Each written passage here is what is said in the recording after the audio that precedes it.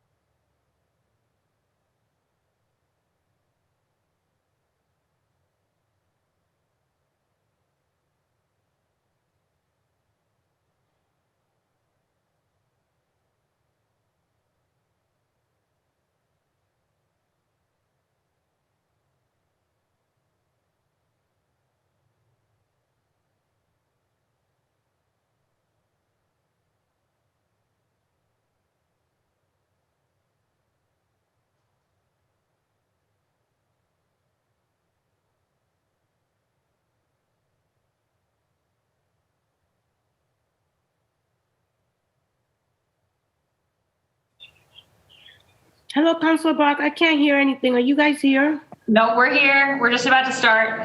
Okay. I wasn't the first.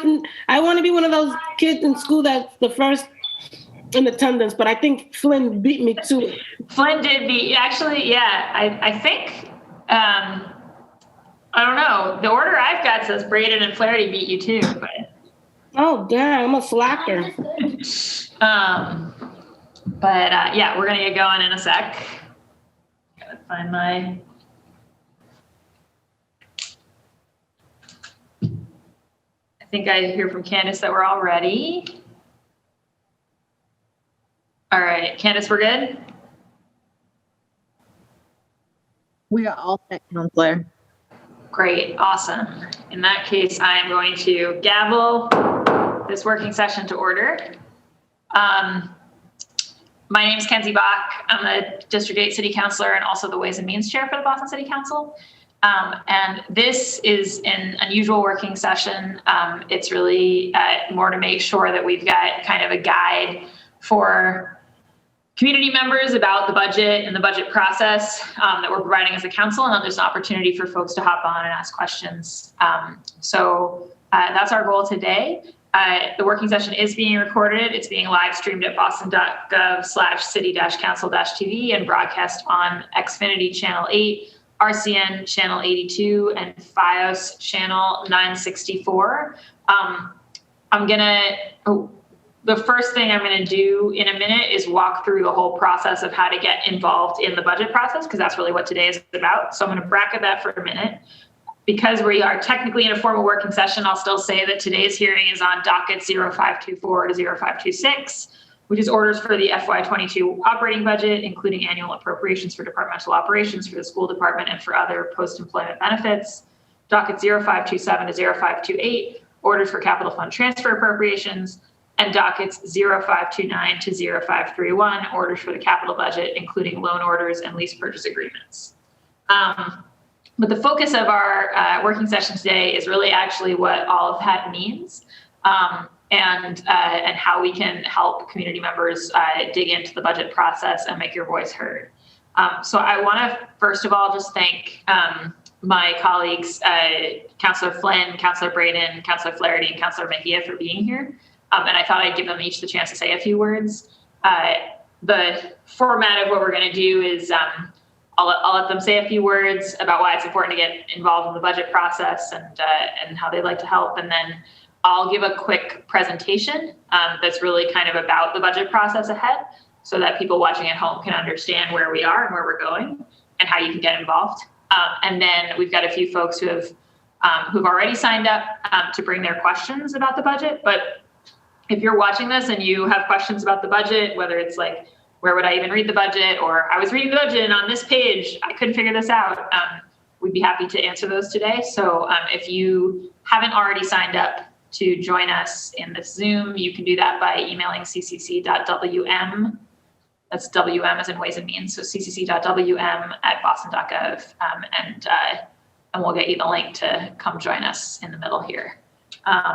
So yeah, this is very much an experiment. One of the things that we really appreciated in the budget process last year was the number of community members who engaged and learned about our budget. And that was obviously largely last year. We had substantial engagement in June.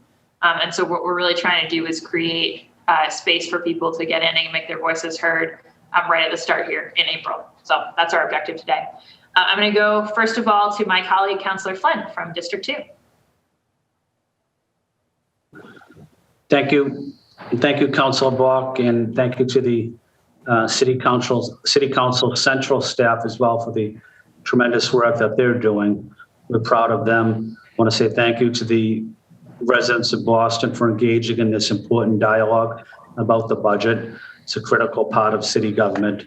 And I was in Chinatown in the South End just a little while ago, and residents were asking me about not only just city services, but the City of Boston Human Rights Commission as it relates to hate crimes. A lot of people were talking about hate crimes against the Asian community. So I wanted to, acknowledge that there's a lot of work we need to do in this city on treating each other fairly with respect and dignity. And that includes our immigrant neighbors and making sure that they have a voice in this city.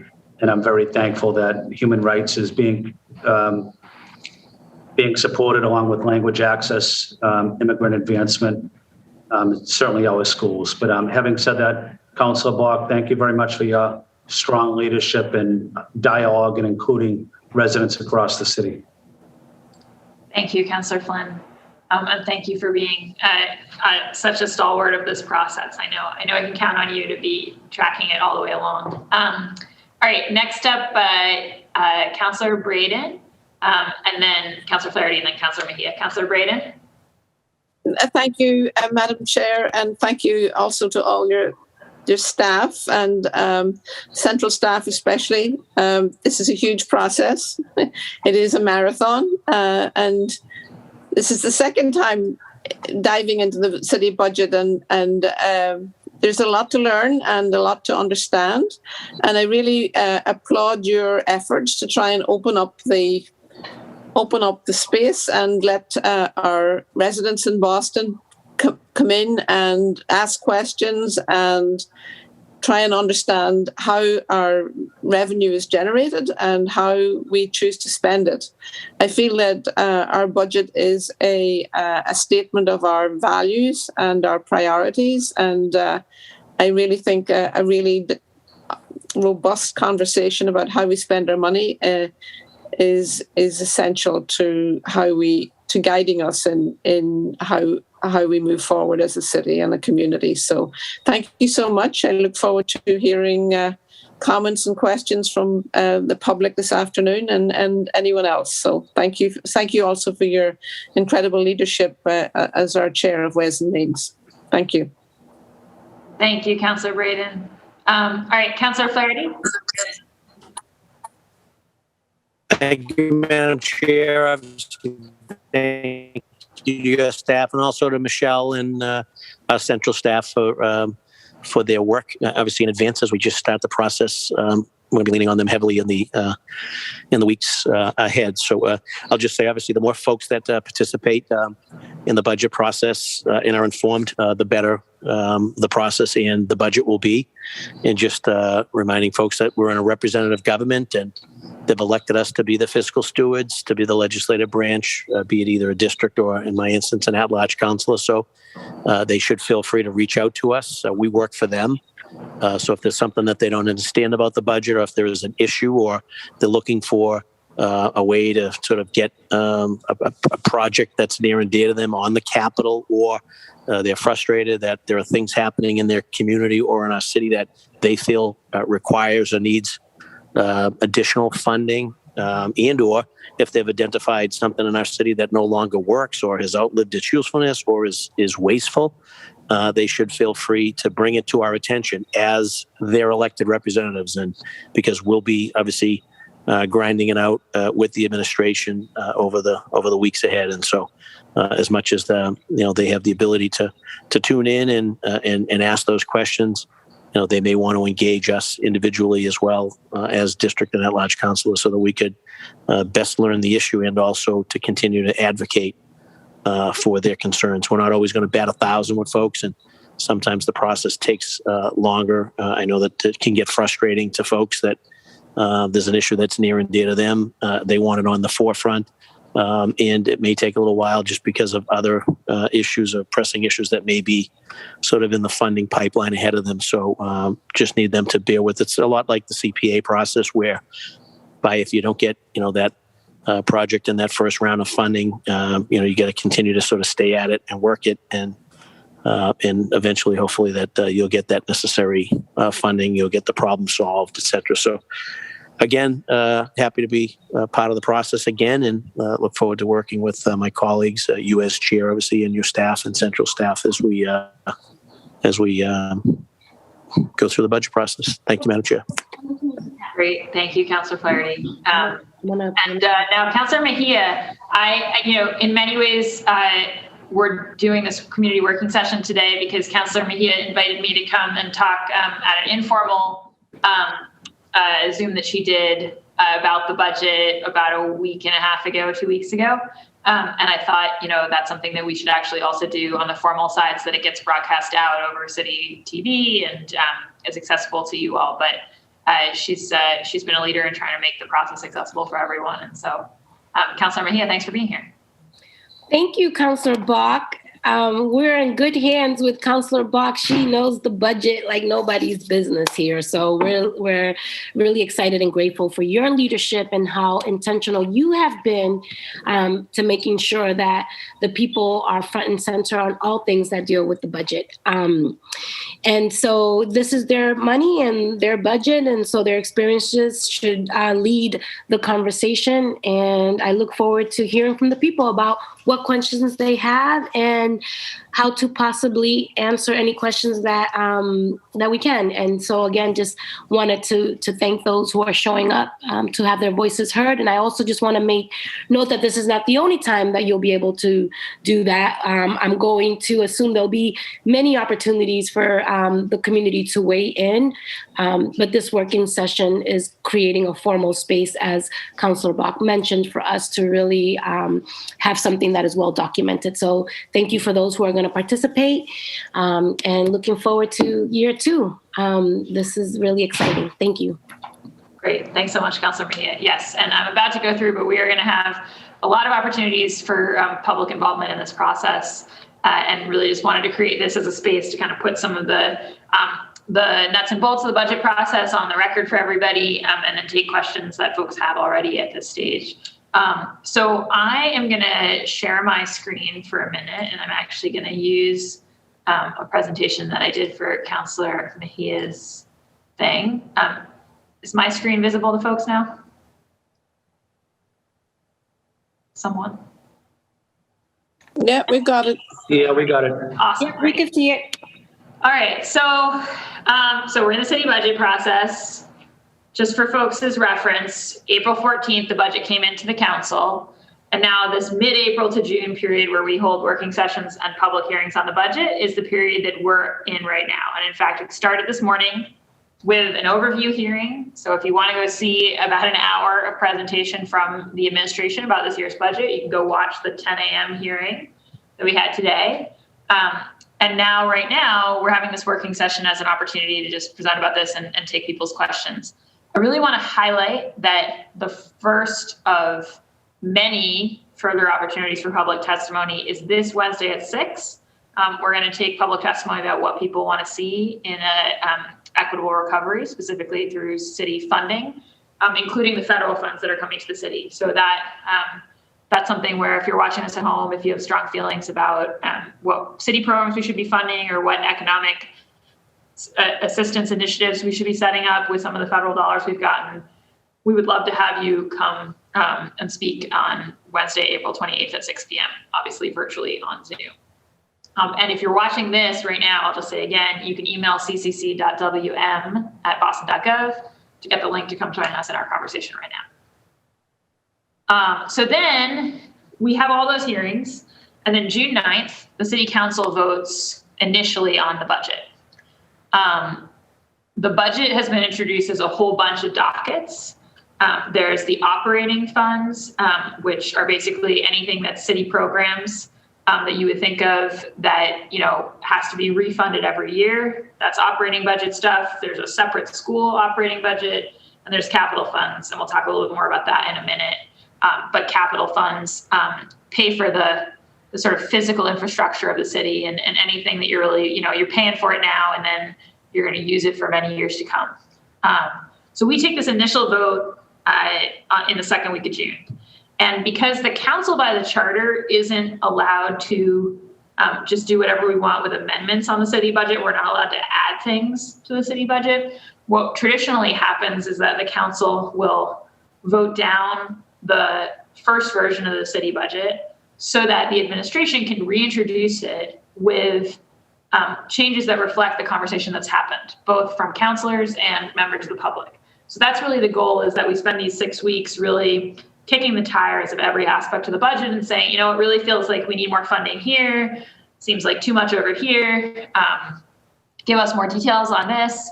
And then the administration is able to come back with a new budget that better matches the sort of hopes and demands of the city and the council. They resubmit that budget on June 16th or June 23rd. And then we do hearings on the resubmission. And then the deadline for us to vote on a budget for the coming fiscal year is June 30th, which is a Wednesday this year.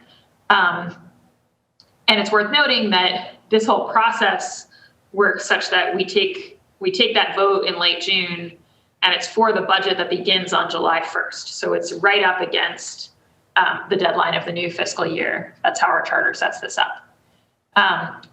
It's also worth noting that the capital budget actually has to be voted yes on twice. That's because we're going to borrow money to fund it. And so the idea is that the council should really weigh twice the question of borrowing money on behalf of the city. And so often we will vote more favorably on the capital budget earlier in June so that we can then vote on it again later. And then, as I said, July 1st, a new fiscal year begins. So council's budgetary powers. The council is able to accept, reject, or reduce the budget. We're not able to increase funding or make changes to most department line items. If you're watching at home and you think this is a little bit limiting, so do we. There's a back and forth on the council and in the public about whether we should have different budget powers. But where it stands right now is these are our budget powers. And that's why, like I just said, we actually have to, if we want items increased, we have to say, we have to shake off the pitch of the first budget to say no, and then have the administration come back with a revised version. I was talking about this a second ago, but the capital budget is funding for large projects or investments like schools, community centers, parks, streets, bridges, basically anything physical, anything that you'd be using over time for multiple years. And it's funded through bonds, which are debt, right, that the city takes out. So the city says, we're going to build these big infrastructure things up front, and then we'll spread out paying for it over a long period of time. There's a limit on the amount of debt the city can incur, which is 5% of the assessed value of taxable property. We're well below that limit. There's also separately something you might hear about, the debt policy limit, which is that, if we say we're going to build these bridges and schools and stuff up front, and then we're going to pay for it over time, well, we don't want the bills that we're building up over time to be so much every year that we've crowded out our ability to pay for the programs and operations of the city. So we set a limit where we say, okay, we're only going to do as much capital spending as we can pay for with 7% of our operating budget, which just means in the future, we're never going to be above, out of every $100 we have, 7 of those dollars are being used to spend for things we've already built.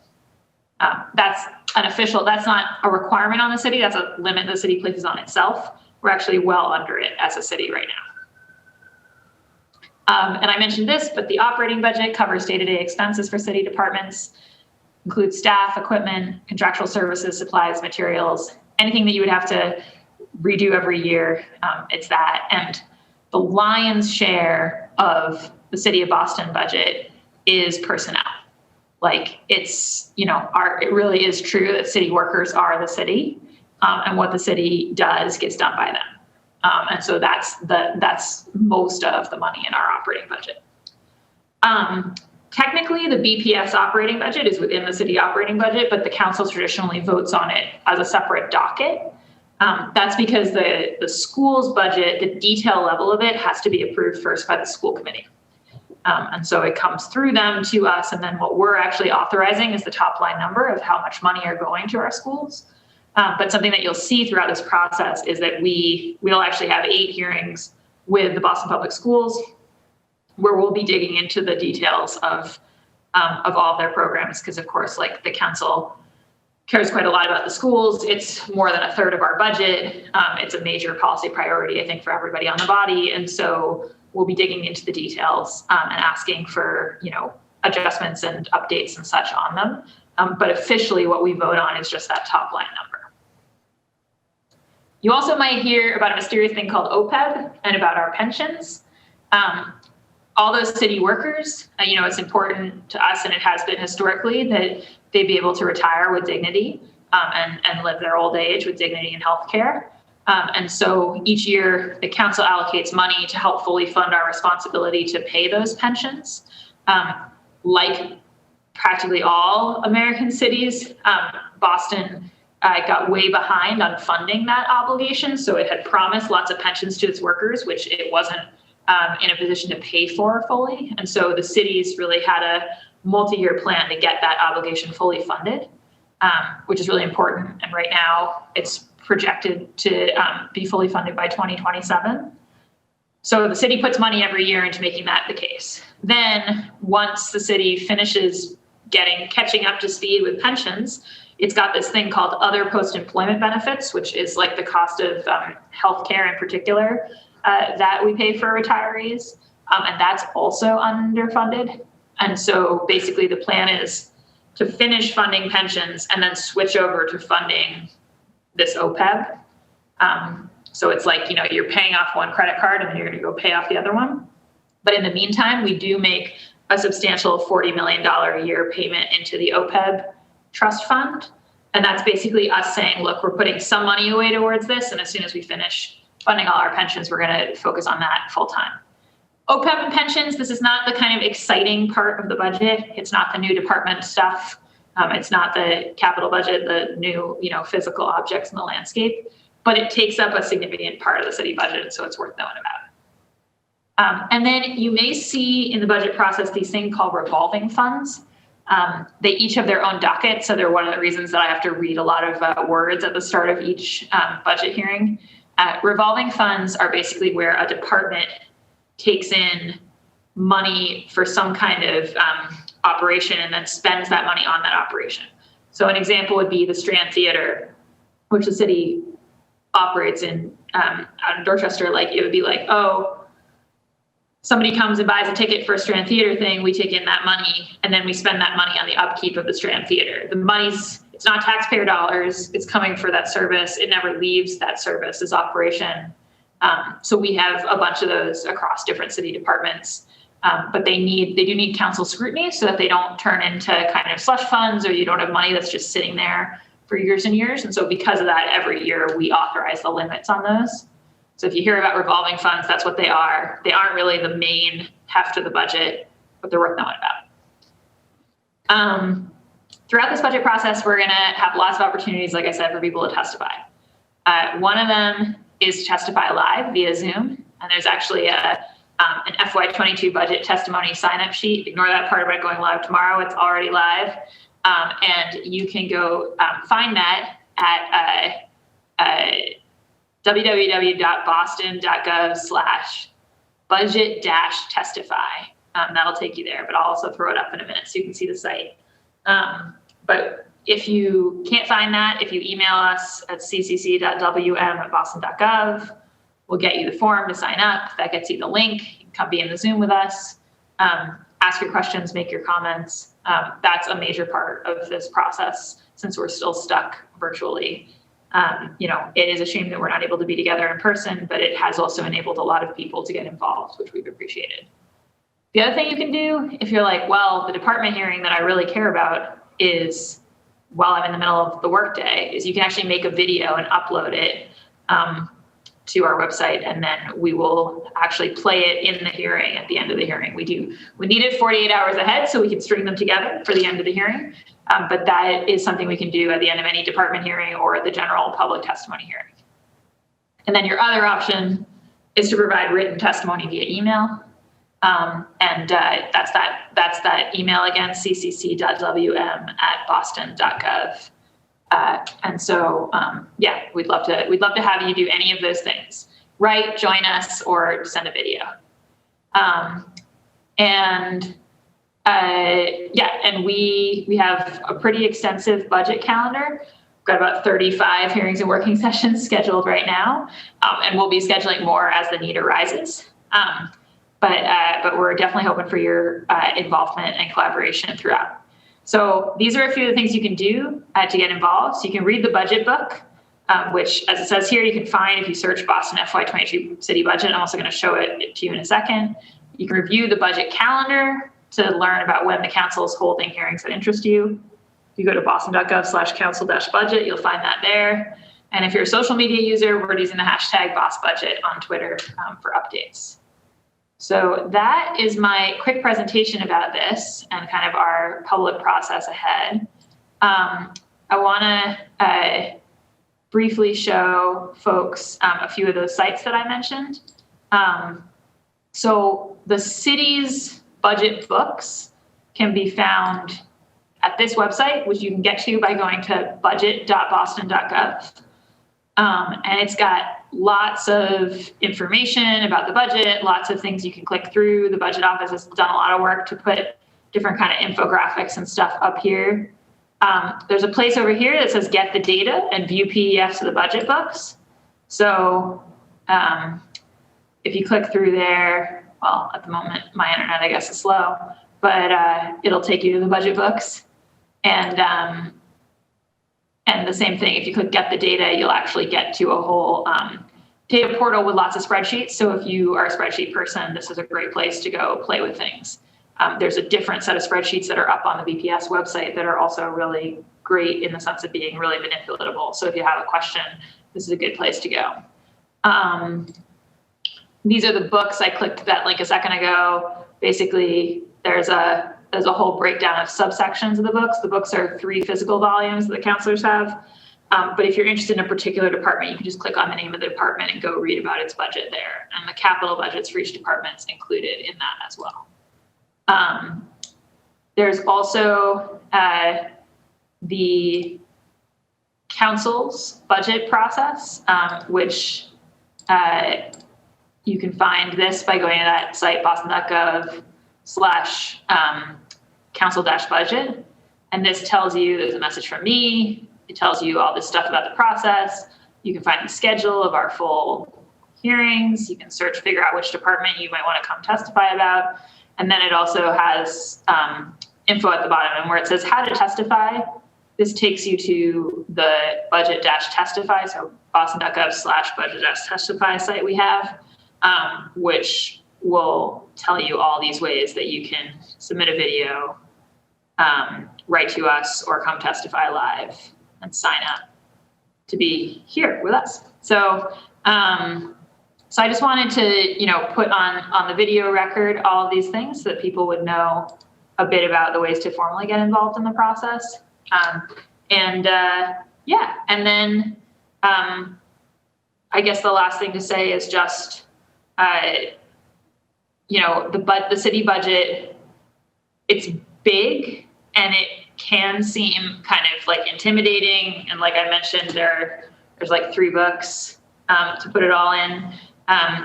But at the end of the day, it's just money that we're spending on things, right? And so it's pretty simple in the sense of, like Councilor Braden said, what are we prioritizing?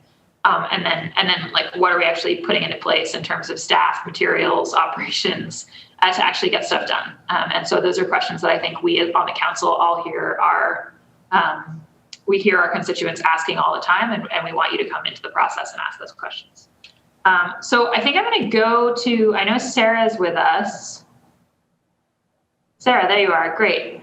So I'll go to you for your question. And then I'll say again that if you're watching this and you want to come into Zoom and ask us your questions, you can email ccc.wm@boston.gov and we'll get you the link. So go ahead, Sarah. Thank you. You would think I'd know the basics of the budget after many years of doing this, but I have a particular question, and I appreciate the opportunity to be asking. The city, I know you talked last year about starting something like a conservation corps. Don't know if that's in the cards this year, and I don't know if you'll be able to see this. There are crumbling stone walls probably everywhere in the city. This is one in particular between Jamaica Pond and Parkman Drive as heading outbound. And it's been crumbling. We've been told, put it in as a 311 call. It hasn't gotten fixed. Now it's worse. I don't know if it's the CPA thought it didn't rise to the level of one of their projects. And so I don't know, like, what would be the best way to try to ask for something like that? Yeah, well, I think there's a few different ways to ask for something like that. And actually, this might be, this is probably helpful to folks at home too. So one way is to push for, a specific capital improvement to be committed to, right, at a particular intersection. So like there, right, you've got a wall. So then it's, asking the district councilor and the at-large councilors, hey, could you really tell the city this is a priority? And it's showing up at the, what kind of land is the wall on? Well, that particular one, I think must be city. It's funny because DCR is, Parkman Drive is DCR, but I think the wall might be considered city. Prince Street is city. So it gets a little muddy. Right. I'm not answering clearly because I don't know for sure. But it would be, no, and that's good too, because often that comes up is like the places we care about in the city. We don't always know whether it's Public Works' land or Parks' land or someone else's, right? So, but let's just say it's sitting on city land. So one thing would be to push, hey, this wall needs to get repaired. Another thing that often you'll see us counselors doing in the process, and that it's really helpful when people advocate in the process, is for just like more funds for a whole program of improvements, right? So, for instance, I see Councilor Flynn on the screen with me. Like, Councilor Flynn and I and many of our colleagues on the council are big advocates for Vision Zero pedestrian improvements, right? And it's like, we do have specific intersections that we really want to see fixed, but we also just want to see an acceleration of investment in fixing pedestrian intersections, right? And that has often been a sort of focus of this council, is like, what are the things that we're just hearing from people need to happen more all around the city? And a tangible example of that last year was that we got the funding for planting trees around the city doubled because everybody was hearing, like about the desire to have trees planted. So I always think that that's a good way to push too. And it lets us be in community with lots of people across the city. But you know, it's always a balance between those particular places in the general. On the green jobs thing, I just wanted to mention, as you said, I've been pushing for a conservation corps, others have as well. There is $1 million in this budget for a green jobs program, which I think has yet to take definition. And that's one of the things we're going to ask Environment about at the hearing on the 10th of May. But definitely something where I think the council will be really interested in the design of that program and want to be involved. And my hope is that that is a kind of opening of a door to a conservation corps. I think $1 million in this year's budget, when you think about the climate crisis, it gives us a real opportunity to make a start here. So that's a little bit, and I think that would be another place, right, where as we talk about what do we want those folks to do, we can think about what are the types of projects like we've talked about. We've talked about urban forestry, we've talked about making bioswales, green infrastructure, all kinds of things, but that's got to be part of the conversation. Yeah. Go ahead. Thank you. I was going to say, I don't know if the city employs a mason or would this all be contracted out? Like it's, and you don't have to answer that, but it's like, I want to ask in an articulate way. And I like the idea of not one particular location, but, pardon me. Yeah, thank you. So I'll try to put together a coherent request. Awesome. No, that's great. And thank you for being here with us, Sarah. And I'll say that it's one of the things I know that Councillor Flaherty has mentioned to me before is wanting more of those types of things to be something that we can do in-house instead of contracted out. Like I know he's brought up the idea of not having us have to hire somebody to prune trees, but have more of a tree pruning operation. And so I think there's definitely some interest in the council and, hey, we should have a mason on staff, you know, the same way we have an arborist, but I don't know the details about what we do have within the public works world. Councillor Flynn, did you want to say something? I saw you up a minute ago. No, Councilor Bach, I didn't want to say anything. I just wanted to, again, just say thank you to you and your city council team and the central staff and the residents for being so engaged in this process. Thank you, Councilor Bach. Thanks, Councillor Flynn. And Councillor Asabi George, you joined us after I let everybody say a word. This was mainly aimed at kind of putting on the record how people can get involved in the process and taking questions to the extent folks have them. But I did want to give you a chance if you wanted to say anything. No, I appreciate the opportunity. I am here just to also listen to our residents and those engaged in today's conversation. Thanks, Madam Chair. Okay, great. Awesome. Great. Well, I think I know we've got a few folks signed up, but who aren't yet on the Zoom. So I'm gonna check in on that for a minute. So I'll probably just call a quick recess to this, unless before I do that, just if while we're here, any counselors have like process or other questions that we should answer while we're waiting. Yeah, Councilor Bach, just give us a quick rundown. If residents do want to send an email about some priority that they have in their particular neighborhood, what's the best thing that they should do in terms of reaching out to us with their priorities?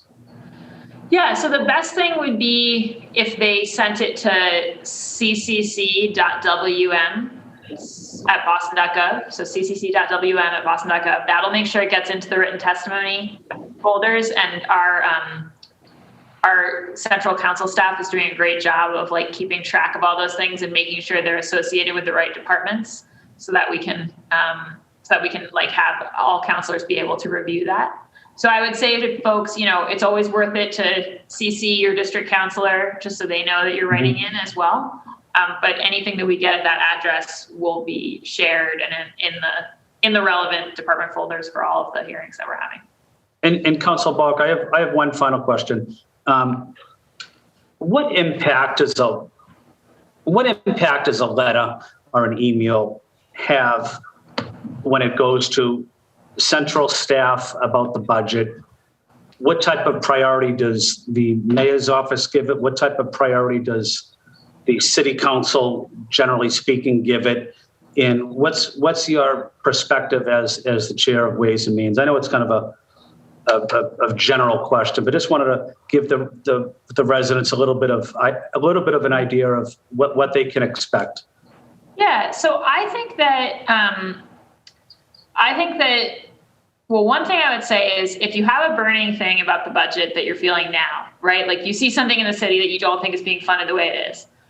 I would write to the council, to both that address, ccc.wm@boston.gov, and your counselors as soon as possible, because I think that one of the ways that the community input makes the biggest impact is the earlier it comes into the process, the more it actually shapes even the questions that the council is able to ask the administration and the things that we can push them on. And I mean, I think all counselors do this. We bring the things that we're hearing from our constituents into the room. But I think that, you know, when 1 or 5 or 10 or 100 people write about something, that helps raise the temperature. And it helps us say, you know, this is a real priority, because of course the reality with the budget is that, you know, on the one hand, it's so much money, and on the other hand, it's not nearly enough money for any of the things that we want to do. So, I mean, I certainly feel like the questions that I see counselors asking and the things I see them demanding from the administration tend to reflect what people have reached out about. So I think it definitely seems like people reaching out makes a real impact there. But I do think it helps to do it earlier rather than later. And that's actually why we're having the hearing on what people want to see in sort of a just recovery and where they want to see our priorities with the economic recovery money. That's why we're having it as early as Wednesday, because we kind of want to help have what people have to say inform the whole conversation. And of course, I explained at the beginning, and, you know, Councilor Flynn, I know you know this, I'm explaining it to the folks watching, like, you know, the council's like pressure is all focused on the version of the budget that the administration is going to resubmit. And so definitely, you know, which as I said on that slide, right, it's either June 16th or June 23rd, depending on what they decide to do. So I feel like certainly over May and June, it's never too late to get your voice heard. But if there's a priority, you should be letting us know. Don't keep it to yourself. Well, it's a great answer, Councilor Bach. Thank you for that. I just had a civic meeting with neighborhood leaders in South Boston, specifically on what they would like to see in the budget. And I have another meeting scheduled in the South End and in Chinatown. But just as you stated perfectly, the voice of residents in this budget process does matter. It is important. And, you know, if someone's reaching out to us, you know, that's the most important issue. That's the most important thing on that person's mind right now is contacting the city. So we take that responsibility very seriously. So just want to say thank you, Councilor Bach, for your exceptional leadership as chair of Ways and Means. Great. Thank you so much, Councilor Flynn. Councilor Mejia. Yes. Just for those who are tuning in, it would be helpful. I know that we've gotten some requests for capital, you know, projects or at a park or things like that. And I've always, you know, we've learned to just always defer to the district councilor, and that we would definitely be in support of it. So if you could just kind of help set the stage for district specific things, and then kind of like the role that at-large councilors can play, that would help set the stage and expectations for a lot of folks, because, you know, every office runs independently, if you will, right? Even though we're a body of 13, we all function differently and have different things that we are advocating for. So if you could just kind of help explain that. And then I also want to manage everyone's expectations around, yes, we are here to listen to the voices of the people and all the things that they're fighting for, but there are going to be times, and we've seen in previous advocacy efforts, that some of the things that folks were fighting for in terms of more youth jobs and you know, and mental health wellness and things of that nature, we kind of fell short in some of those things, but nonetheless, their voices were heard, right? So if you could kind of like just help manage people's expectations that just because they send us 10,000 emails doesn't necessarily mean that we're all going to fall in line and do just that, just because I feel like I don't want people to have that unmet expectation that everything that they're fighting for, they're going to get, because that is not the case. Thank you. Thanks, Councilor Mejia. Yeah, on both those points. So on the first one, yeah, I think, so if people have, if you've got a park, a playground, a library, et cetera, that you think really needs attention and prioritization, definitely it's good if you can bring that to the attention of the district councilor. So the way the council works is that the city's divided into 9 districts, and 9 of us each have a district. And then there are 4 additional councilors who cover the whole city. So Councilor Mejia is one of them, as are councilors Wu, Flaherty, and Asabi George.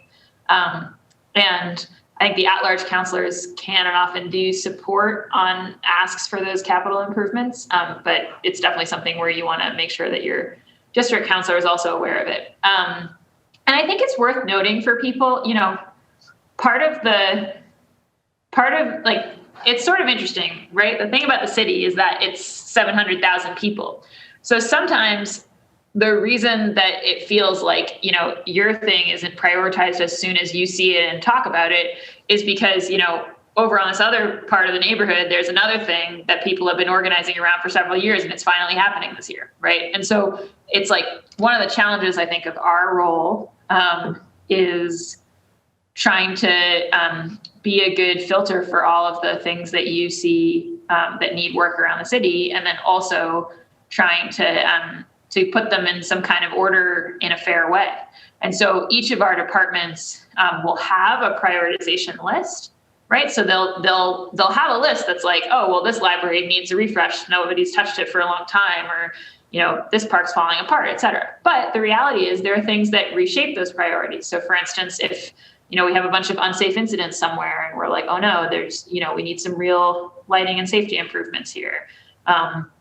Or, something starts to fall apart, or, oh, there's an opportunity to bring a really critical program if we can fit out the space, right? So what's tough about the capital list is it's an eternal reprioritization effort. And it's our job as district councilors to make sure that none of the neighborhoods we represent are getting left behind.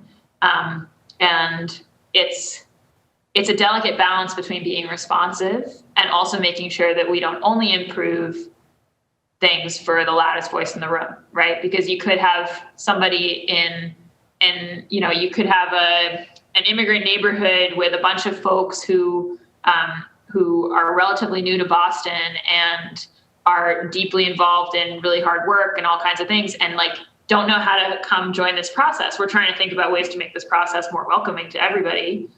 But one of the things that we want to make sure is that you don't have to be the squeaky wheel to get great service in the city of Boston, right? It's a fine line between we want to invite you into this process, and also we want to say that even if you don't know about this process, we're going to make your streets safe, we're going to make your parks good, we're going to make your playgrounds good, we're going to invest in your schools, right? So it's a kind of balancing act.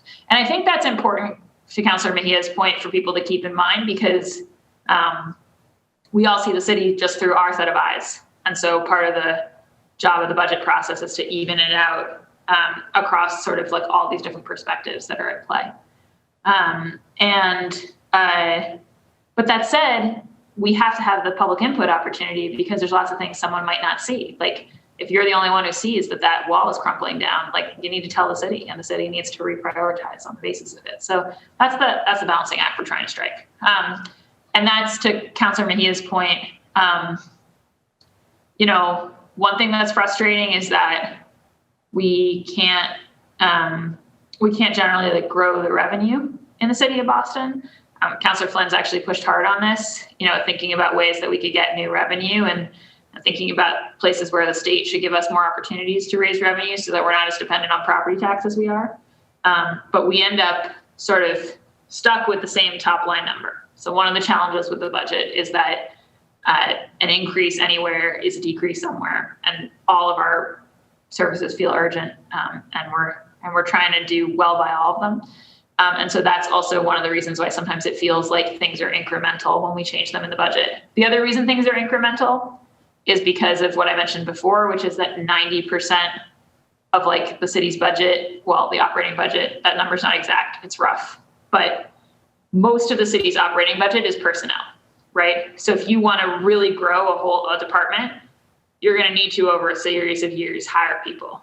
If you were going to reduce a department, you would need over a series of years to have attrition, right? So because these are real human lives who are our city workers, like I said, who the city's built on, there is something incremental to changing kind of department budgets. And so that's part of what drives that too. I do want to slightly correct the record, Councilor Mejia. On the youth jobs front, we got it to an all-time record last year.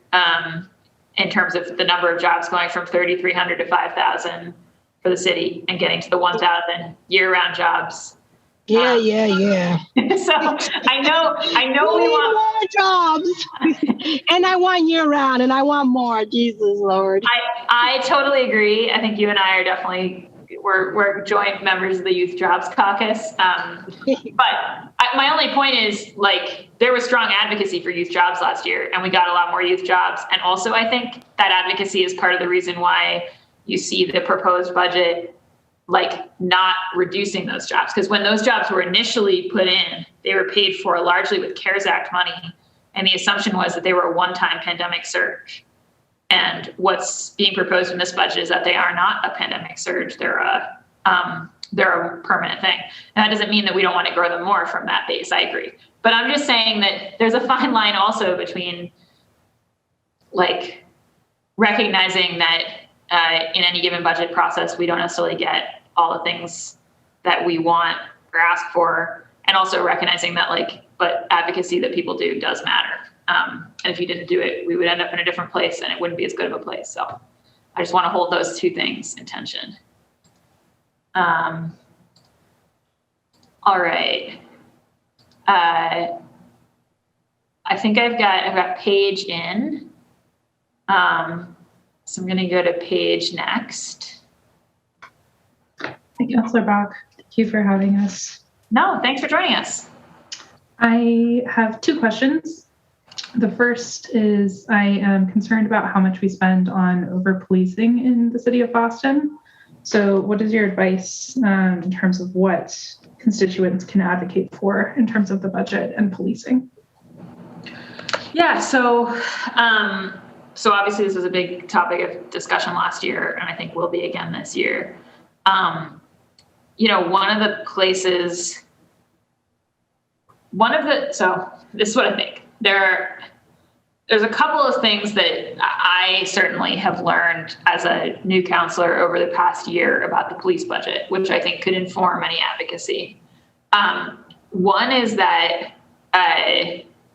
when we talk about cutting that budget, and especially cutting the, like, overtime budget, which was sort of the focus last year, there needs to be an analysis of how, not just how much. Because very frustratingly, like, the council cut $12 million from that budget last year, and that cut was not realized. And it's because our police budget is allowed to run over its allocation amount with overtime, and it did. So I guess one suggestion I would have for you as an advocate would be not just sort of like having a target number, but really saying, like, what are the changes that we're pushing for that would make a difference. The other thing is, I think, being real about what the alternatives are, because I think I will say I'm intrigued and also, like, interested in finding out a lot more detail about the administration's put a $1.75 million pilot funding program in, actually at the Health and Human Services side, for some kind of alternative response pilot, like what they run in Washington, in Eugene, Oregon, and Denver. And we're going to be really interested in learning about that, because I think, one of the things that we've heard from folks on the police side and for folks who speak in support of policing is that if the 911 call volume is the same, like people need to answer those. And if you have fewer officers, you're going to have more overtime, and it's all going to drive in that direction. So I think like the idea of really talking concretely about what alternative response looks like, and how you stand something up that can actually like serve some of that need. And the calls that we get, like, you know, obviously it's a nightmare for everybody if a 911 call goes unanswered. So having that like alternative affirmative thing, I think is really important. So I think, you know, there's an opening there in the 1.75. There's also, I think the department and everyone acknowledges that there were some really concerning trends in the overtime this year. One of them is that we have about 100 officers who are sick, long-term sick and injured, more than we did before. Like we're up at like 270. And that's driving a bunch of that cost. And so the administration says that they're going to make some changes to try to bring that number down. We're going to dig in more on that. But yeah, I guess those are the things that I would say is like, the more we talk about like operationalizing it, like what does that change look like on the ground, and how, if you want to see alternatives, like what do those alternatives look like institutionally? Because it's easier to shift funding into something else constructive than to sort of talk about reducing it without that path forward. That's just my 2 cents on how it like the conversations have seemed to evolve. And I'll just say personally, I'm very frustrated. I think my whole job as the Ways and Means Chair is to hold departments to account for their budgets. And the police department is allowed to run over its budget, which I will just say as a counselor doing oversight is a very frustrating situation to be in. And I won't deny that to you. Great, thank you. May I ask a second question? Absolutely. So you mentioned that personnel is one of the largest expenditures across departments. Is this audited in any way? So for example, do we know if there are inequities between like similar types of jobs in different departments, if there are inequities by race, gender, et cetera? So that's a good question, Paige. So most of that personnel is governed by collective bargaining agreements. And part of what that means is that you typically would see equity across grades within those collective bargaining units. Like if you're doing, you know, if you're an arborist and I'm an arborist, we both work for the Parks Department under the same deal, like we're going to get the same deal. But I think that one of the things that has happened over time in the city is that the different collective bargaining units have had different degrees of bargaining power at different times. And so you definitely see situations. I mean, I'm on the record saying that I think our civilian departments have not received the same increases in compensation that our sworn departments, like police and fire, have, and that I think that that's an equity problem. And I don't know. It's a great question because I don't actually know that we have like the type of overall analysis that often folks now do in big businesses, right? The kind of question of like, well, what's your average female worker making, or like what is the racial equity of your pay scales look like? I haven't personally seen that data across the city, so I think that's a great thing for us to ask more about in this process. I know that we have asked departments to talk about the like racial and gender skew of their leadership in the past. That's something that's in the request for information that the council sends over to the department. So we will have some more tangible details on that. But I don't think that the overall analysis of that, it might be something that our HR department has, but I don't think it's something that's been presented to the council. Great, thank you. I may have a follow-up question, but it escaped me in this moment. Well, if it comes back to you, please feel free. Yeah, I mean, I think it's something that the council's thinking a lot about is like, it's one thing to govern just the subject of what your dollars are being spent on, but it's another then to also think about like the way we spend our dollars, like you're making the point, right, of like who we employ and how and like what the scales are can affect some of like our core goals about economic empowerment and economic justice. And it's the same thing with procurement, which has obviously been a really public conversation in the city. You know, how do we use our purchasing power to actually drive the type of local economy that we want to see?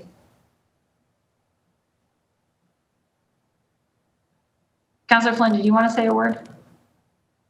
Sorry, I shouldn't keep taking your video as a sign that you might, but. No, I enjoy listening to the residents. They're asking informative questions and talking about what their priorities are, and it's important that their voices are heard, and it's important that that they're part of the discussion as well. So I don't have any questions. I just like listening to the residents across the city. Great, thank you. Yeah, and like I said, we're going to have a big hearing on this front on Wednesday at 6. So we're definitely hoping to get a bunch of folks to come to that. Paige and Councilor Mejia, I think both of your blue hands are up from before, but just in case either of you raised them because you had another thing you wanted to say. I remembered my follow-up question. Oh, great. Obviously, we want our city employees to be paid livable wages and to have benefit packages and things along those lines that allow them to live happy, healthy lives. And also, I'm wondering about in those instances where there have been kind of created inequities, if that were to be discovered, what, if any, action is able to be taken to kind of balance the field again? Well, it's a good question. And, I think as a matter of policy, the city of Boston has a really interesting opportunity right now because all of its contracts are basically up. So like almost all of the city's departments had their contracts expire on June 30th of last year. And none of them have been resolved since then. And then I think fire, I think expires at the end of June of this year, and the BPS ones in sometime in the middle of August of this year. So I think basically we're in a situation where, by September, probably all of the city workforce's contracts will be up, which, is a little bit of a crazy situation for our Office of Labor Relations to be in. But conversely, to your point, like it also creates a moment to sort of ask, what are the core sort of like equity and employment goals of the city, and is there anything that we should be ensuring across the board? Within of course the I think that's constrained by the fact that collective bargaining agreements, they're hard won, and they often, the other tricky thing, Paige, about that, and there's a couple tricky things. One is that as the council, we don't get to sit in any of those negotiations. Like we just approve up or down contracts as they come to us. The other thing that's tricky is that sometimes what's perceived as inequity came intentionally from the worker side. And what I mean by that is, say that like we've got two groups of workers who are similarly situated. Like let's say they have, similar skills and educational backgrounds, they're doing a similar type of job, but one of them is over here in one collective bargaining unit and one's in another. If collectively one group decides that over the course of a decade, they're really going to push for more money in their annual salaries, and the other unit decides that over the course of the decade, they're going to push for like much better benefits packages. So let's say like they want more flexible work schedules, they want more like leave, et cetera. You could end up with a situation where the two groups of workers end up looking like they're in a very different situation, but it has to do with what they prioritized at the bargaining table. So that is a difficult thing because it didn't exactly come out of out of a difference in treatment. It came out of a sort of difference in unit prioritization. And this is a city where we definitely very much respect the collective bargaining process and the possibility for workers to articulate their own goals. And so that's a tricky thing, but I don't think that prevents the city from having a bit of a rule of thumb sense of hey, does it feel as though what people are getting paid across the board for work on behalf of the people of Boston is equitable? And I think those are good questions to ask.